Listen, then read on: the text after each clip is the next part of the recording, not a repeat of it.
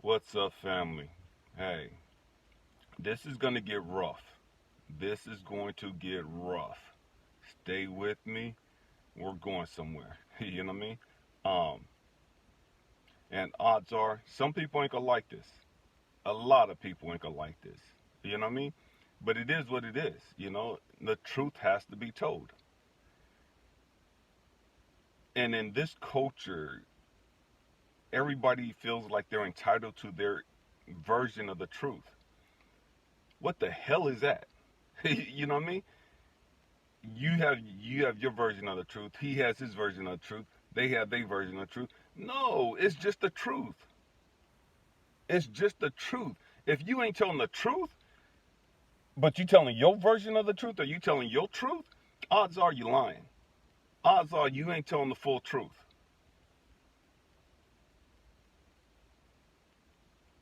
There is no my version of the truth. There is no my truth. There is no your truth. It's just the truth.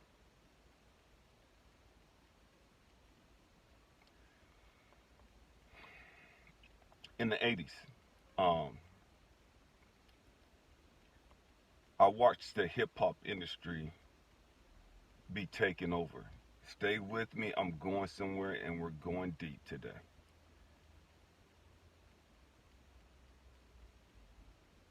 The hip hop industry used to be about waking the people up. The hip hop industry used to be about um, awareness. You know what I mean? Self awareness. That's what it used to be about. It's changed a lot. You know what I mean?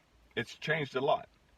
And in the 80s, I saw how um, it was it was changed to, man, we're gonna get all these women on here and we're gonna have them all dancing provocative and we're gonna have them all showing their tail, we're gonna have them all showing their titties, and flaunting it around and dropping it and all this other stupid stuff, making it bounce and just doing all stupid stuff, you know what I mean? Just acting like straight up hoes on videos. That's what the great majority of all the hip hop videos were about or had in them in the 80s. Stay with me, we're going somewhere. I was done. Done. I stopped listening to hip hop back then in the 80s because nothing can be more destructive for a culture than showing women that in order for you to be seen as beautiful, in order for you to be seen as attractive, this is what you have to do. You got to get on TV or you got to walk around with your titties halfway hanging out. You got to walk around with these tight freaking booty cut shorts on, showing your tail. And if you wasn't doing this, you wasn't getting noticed. So if you wanted to get attention from guys, this is how you had to dress. This is how you had to be. And what did that do for the young men? We can sit back and talk about, man, it showed me young men that lust at the girls and whoopty whoopty whoop. Nah, damn all that.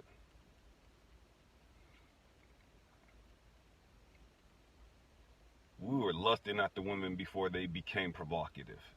We were lusting at the girls before they started showing all their titties and ass. This is grown up. This ain't no PG stuff right here today. Nah, we going for the heart. Nah, that's not what it did. What it did was it taught young men that they didn't have to respect women, and that all women were seen to be as hoes and treated as hoes. And it's crazy because that's what they're teaching me on the streets growing up. Women were hoes. Treat them as a hoe.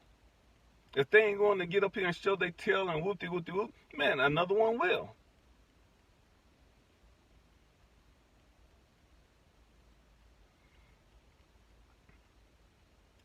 What did it do for the young ladies? It taught young women that in order for you to be seen as beautiful, in order for you to be wanted by men, you had to get up here and flaunt your tail. You had to get up here and put everything you got on display.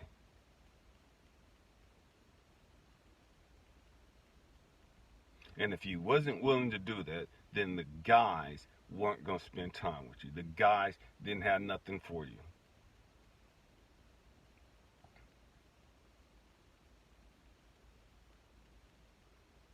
This is what the hip hop culture became.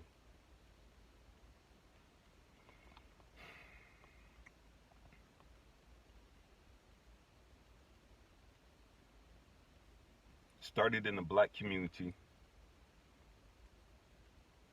and spread across America and the world as a plague. This is real talk.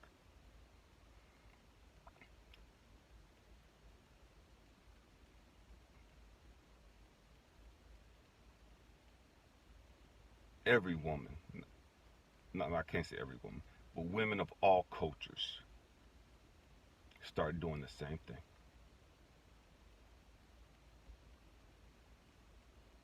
Now everybody's getting their butts done, their titties done, um, their lips done. You know what I mean?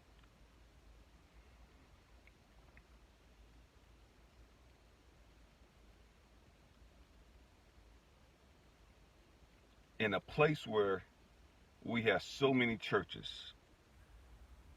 in a country where there's so many Bibles, so many preachers all over the TV.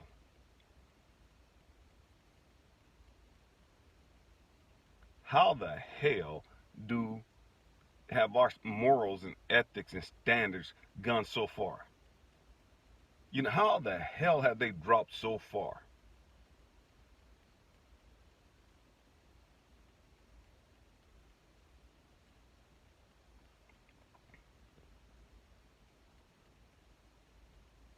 So now we got women showing all their goodies, declaring they're a boss.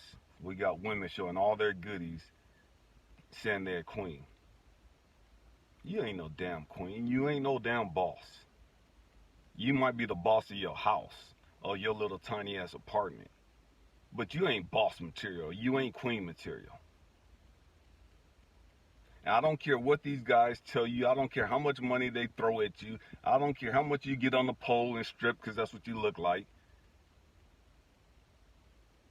None of that stuff matters. You ain't a boss.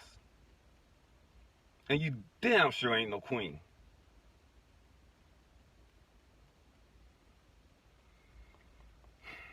Dudes, in the 80s, late 80s, out of LA, came this group, another black group.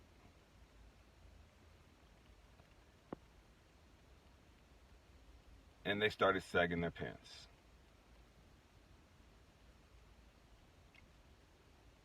And as usual, it took off like a plague, like a virus, and spread it all over America.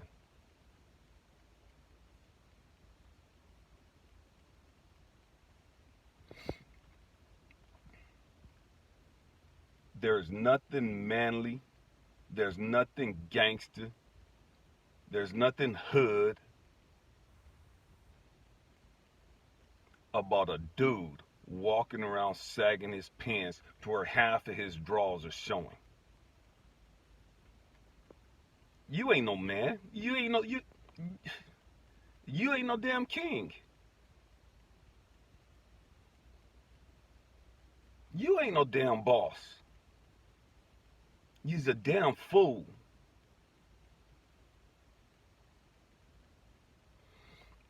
In the penitentiary, homosexuals used to walk around with the pants sagging. That was their way of flaunting to the yard, to the rest of the inmates. I'm available. This is what you can have. Kind of like what a hooker do. Exactly what a hooker does. A hooker walks the streets, all her goodies pretty much exposed.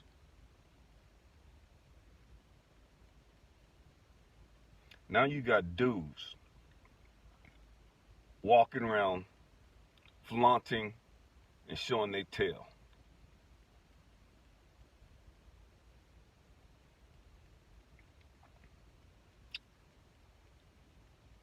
And again, that virus, that plague, took off and spread all over America. And now other cultures are doing it.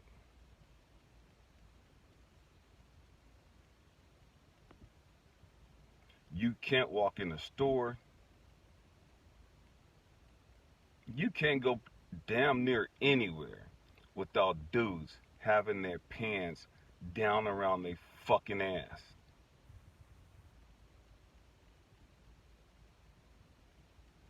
And then y'all went to these skinny jeans. What the hell is the purpose of having some skinny jeans on and a belt down around your crotch, holding your pants up around the bottom of your ass with nothing but your drawers out?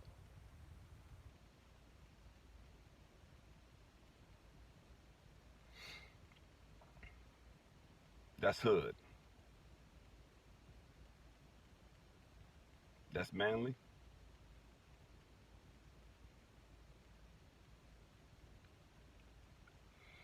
I feel sorry for our country.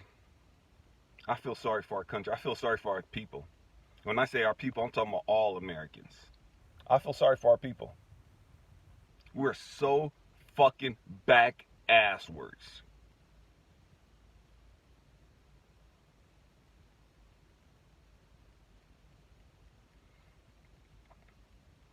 And you can't tell these young people nothing nowadays.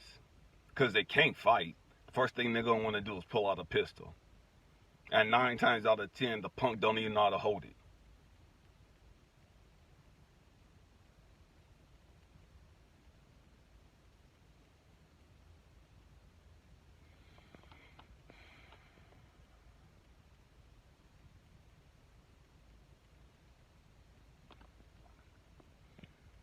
I remember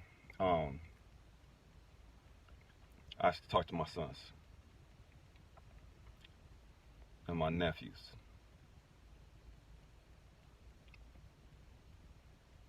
And John had this thing he wanted to say because that's what everybody was doing.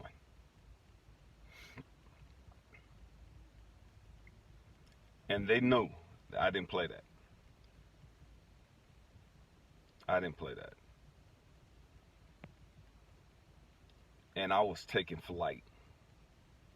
I'm trying to cave their chest in. They were teenagers, and I was blazing them in their chest. Just, bye, y'all.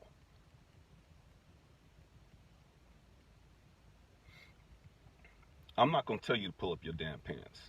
That's fucking common sense. So if you want to act like you ignorant around me, cool. I'm crushing your chest in. I can't control what you do when you're not around me. But god damn, I'll be damned if I'm gonna let you walk around that like that with me.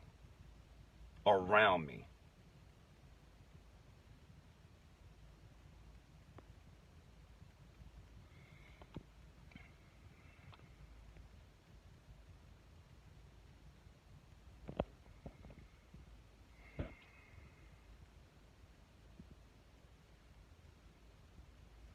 Why am I so passionate about this?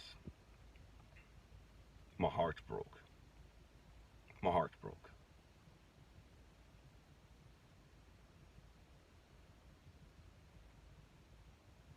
I look at where we're at. I look at what we're going through. And I realize, the truth be told, it's going to get a hell of a lot worse before it gets any better.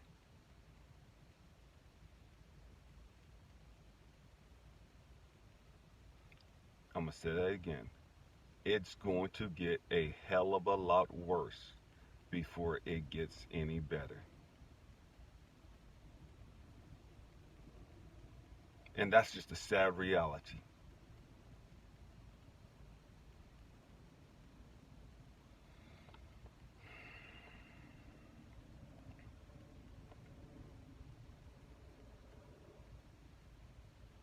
heart hurts, my heart aches,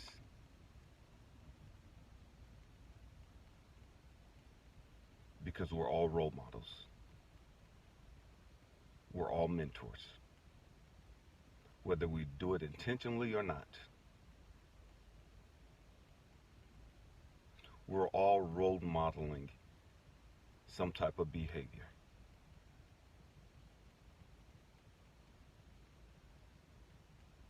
What is the behavior that you're role modeling?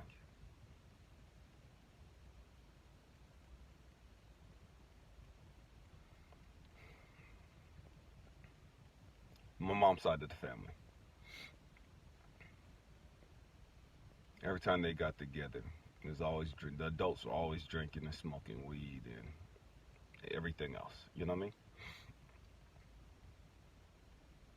And the young generation saw that, couldn't wait to do that because that seemed cool, that seemed fun. And when they got of age, that's what they started doing,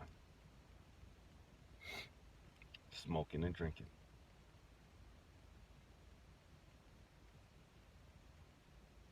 Generation after them grew up watching their parents doing that, watching their aunties and uncles doing that, watching their great aunties and uncles doing that, and they're doing it.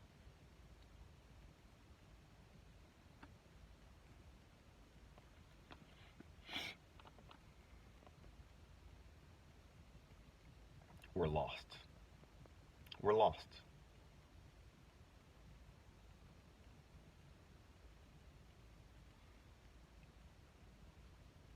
And then when somebody comes on the scene and tries to wake people up, somebody come on the scene and try to help people reach their full potential, they're demonized, they're ostracized, labeled the black sheep, the square, lame, whatever. You know what I mean?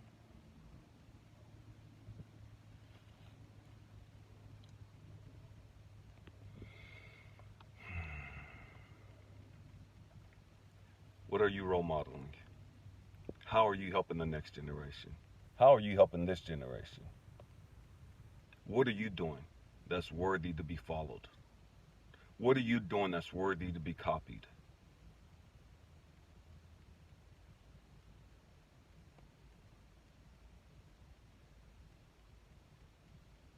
My hope and prayer is that you're doing something positive, worthy to be copied, worthy to be followed. Because whether you know it or not, you're going to have to give an account for all of that. You're going to have to answer for all of that.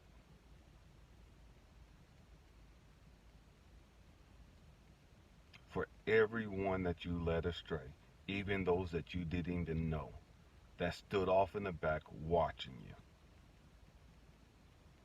idolizing you, wanting to grow up and be just like you. You're going to have to give an account for that.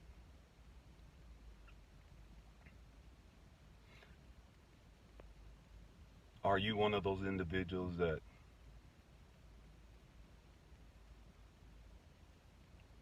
got a stanky attitude?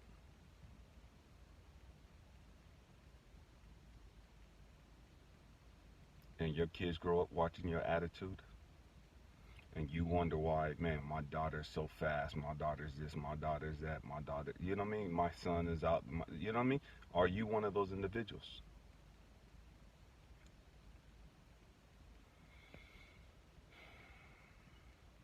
Are you one of those individuals that get mad and just go left? Get mad, start screaming, cussing, and just doing the most. You know what I mean? Being extra.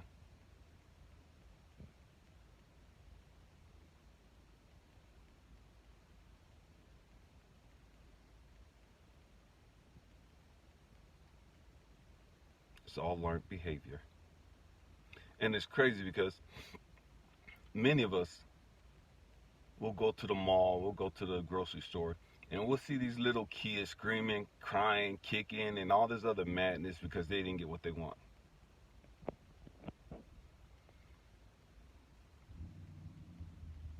And the parents eventually giving it to them. That child does that because it's learned behavior. They've learned that if they scream and kick and pout long enough and loud enough, you're going to cave in and give them what they want.